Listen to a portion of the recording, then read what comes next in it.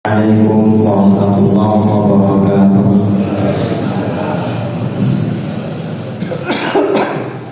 Hamdan syukran lillah, alhamdulillahi rabbil alamin. Salatu wassalamu ala rasulillah. Allahumma salli ala Muhammad wa ala ali Muhammad. Alhamdulillah, puji syukur kehadirat Allah Subhanahu wa taala atas nikmat-nikmat Allah yang masih melekat pada diri kita, mampu kita bangun kembali, mampu kita melanjutkan aktivitas kembali, dan mampu kita melanjutkan ta'lim kita kembali. Allahumma salli ala Muhammad wa ala ali Muhammad. Salawat dan salam senantiasa tercurah kepada junjungan Nabi Muhammad sallallahu alaihi wasallam. Semoga kita adalah orang-orang yang istiqomah di dalam jalan dakwah beliau, mengkaji sunnah-sunnahnya, mengamalkan sunnah-sunnahnya, sehingga mendapatkan syafaat beliau di yaumil akhir. Bismillah, mari kita memperteguh kembali niat kita untuk melanjutkan pembahasan hadis arba'in dengan syarah al-wafi fi syarh arba'in. Kita masih membahas hadis yang ke-10, yaitu hadis yang innallaha thayyibun la yaqbalu illa thayyiban. Hadis yang ke-10 tentang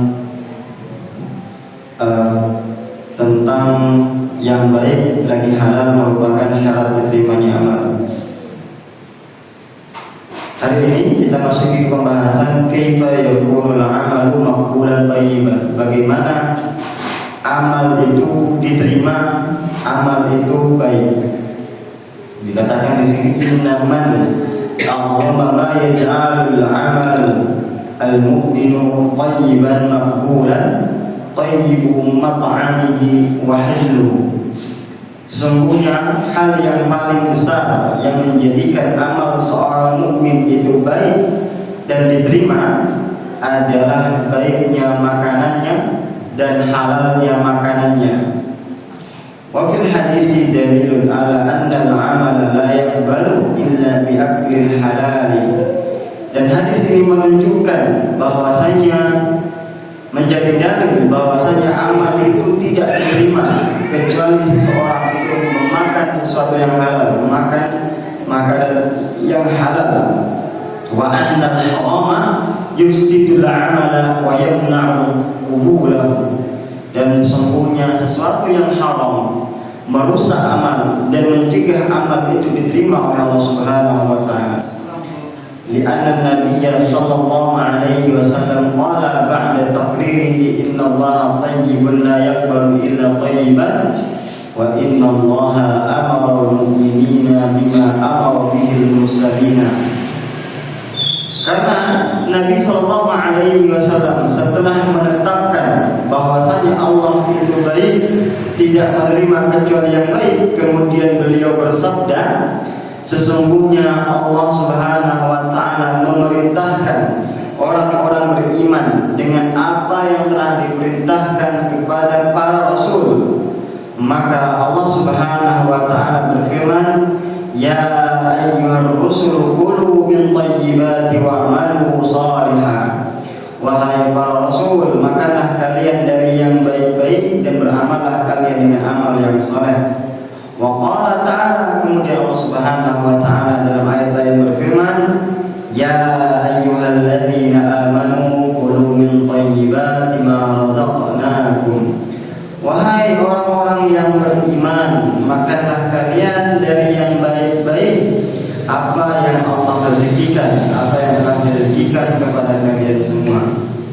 Wa ma'na hadza, dan maksudnya anna rusula wa umamuhu wa umamahum ma'muruna bil akli minat thayyibat. Para rasul-rasul dan juga umat-umatnya, mereka semua diperintahkan untuk memakan yang baik-baik, allati hiyal halal, yang mana yang baik-baik di sini adalah yang halal-halal, wabil amal saleh, dan juga diperintahkan untuk beramal dengan amalan yang saleh. Fama kana al-aklu halalan fal amalu saleh. Maka apabila makanan itu halal, dia akan melahirkan amal yang saleh. Fa idza kana al-aklu ghairu halalin fa kaifa yakunu al-amalu Maka apabila makanan itu tidak halal, bagaimana caranya amal itu akan diterima oleh Allah Subhanahu wa taala? Jadi makanan yang halal adalah syarat diterimanya amal. Bukan tidak sah. Sah amalnya tetapi dia tidak diterima. Salatnya sah, puasanya sah, hanya saja tidak bernilai apa-apa di hadapan Allah Subhanahu wa taala. Kenapa? Karena mat'amuhu haram, makanannya haram. Waqad akhraja At-Tabrani an Ibnu Abbas radhiyallahu anhuma qala, Imam Tabrani meriwayatkan hadis dari Ibnu Abbas, beliau berkata, tuliyat inda Rasulullah sallallahu alaihi wasallam hadhihi al-ayah ya ayyuhan nas kulu mimma fil ardi halalan thayyiban. Suatu hari ada seseorang membacakan ayat, ya wahai para manusia, makanlah apa-apa yang ada di bumi yang halal lagi baik di samping Rasulullah sallallahu alaihi wasallam. Faqama Sa'ad bin Abi Waqqas, maka ketika itu Sa'ad bin Abi Waqqas berdiri. Faqala, lalu dia berkata, ya Rasulullah, wahai Rasulullah, ud'ullaha ay yaj'alani mustajabat da'wah. Kata dia, ya Rasulullah, mintakan kepada Allah supaya menjadikan saya orang yang doanya terijabah, orang doanya yang mustajab.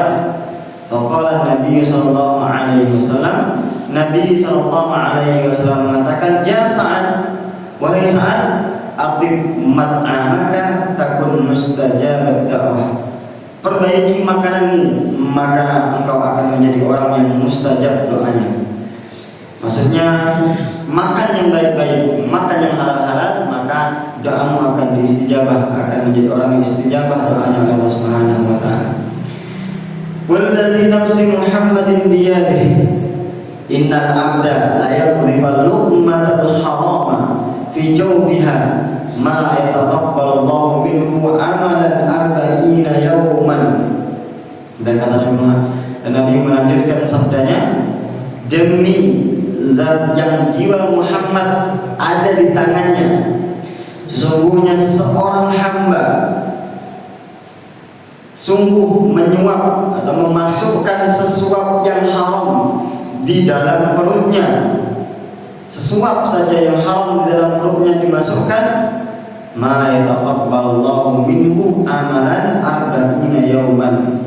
Allah tidak akan menerima amalannya selama 40 hari. Wa ayyuma 'abdun nabata lahmu min sahdin fannaru awla bihi. Kemudian beliau melanjutkan hadisnya, dan hamba mana saja yang tumbuh dagingnya dari sepotong harta haram, fannaru awla bihi, maka neraka lebih utama bagi dirinya.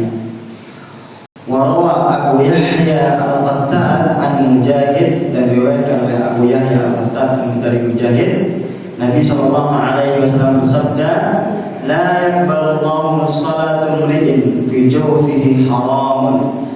Nabi bersabda, Allah Subhanahu wa taala la yaqbalu salatu mri'in fi jawfihi haramun. Allah Subhanahu wa taala tidak menerima salat